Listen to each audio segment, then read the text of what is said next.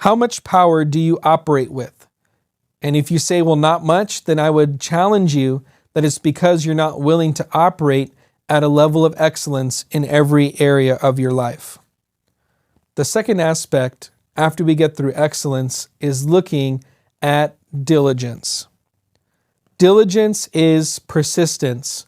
You know, I had the chance to have a sit-down chat with Coach Michael Burt, and the way that he defined persistence and diligence is long obedience in the same direction.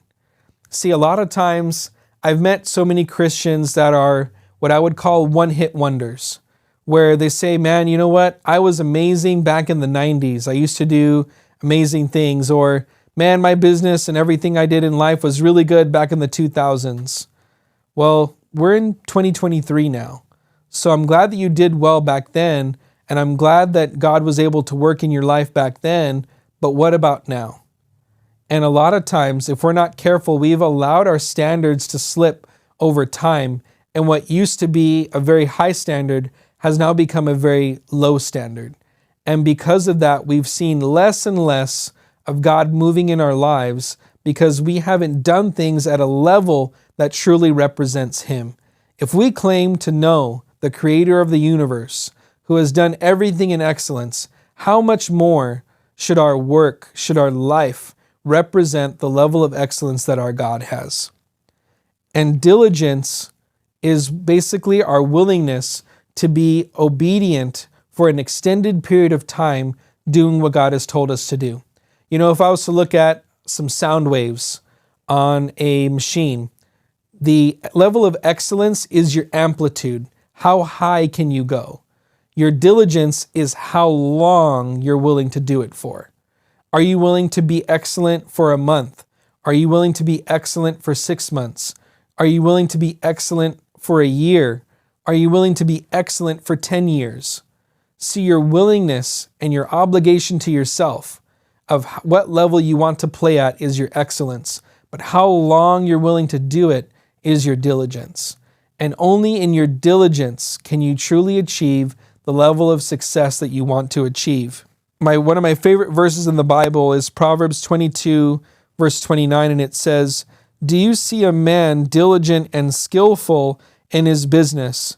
He will stand before kings. He will not stand before unknown men." What I really feel that verse is teaching us is that our diligence will get us in the room. Our excellence will keep us there. See, when we look at what was Joseph able to do in the Bible, his diligence everywhere that he worked was able to get him in the room with the right people. But the excellence of what he was able to do was what gave him longevity in his position. Why did he have longevity in Potiphar's house? And Potiphar made him head over all of his household. Wasn't only because he was hardworking, it was because he did a high level of work. So if we want the supernatural, if I asked you today, you know, do you want God's supernatural power to be operating in your business, on your job, at your work? I don't think anyone would say no. But are you willing to do the level of work that it takes to get that? Are you the type of person that clocks out before you're supposed to? Are you the type of person that takes extra long breaks? Are you the type of person that puts in the bare amount of effort to get the job done? Well, I'm sorry, but that's not going to cut it as far as getting God's blessing. If you want God to bless your work and bless the work of your hands and the fruit of your labor, that everything you put your hands to doing would be blessed, as His Word says, you have to do things at a God kind of level. And that takes determination, that takes effort, that takes diligence to get to that level. And so when we look at what it really takes to be successful, one is we have to know what our land is. We have to understand what territory has God given us. Instead of trying to reinvent the wheel, look at where you've already been successful. What does your track record tell you? Secondly, is going after excellence in every aspect of our business. If there's something that we can do better, we should do it. If there's a piece of equipment that would allow you to achieve a better level of service to your customer, you should purchase it. If there's more training that you can do to develop your skills so that you can be a better representative of your company, you should do it. If there's more time that you have to spend honing your skills and really improving how you act in your job and how you perform in your profession, you should do it. And diligence just means that I'm not going to give up until the job is done. When my grandfather was alive, he was known as a perfectionist. He would have his TV dialed into all the right colors. He even made an Excel spreadsheet of every color and every time of day. So he had it morning, midday, and evening, and he had all the color settings labeled out.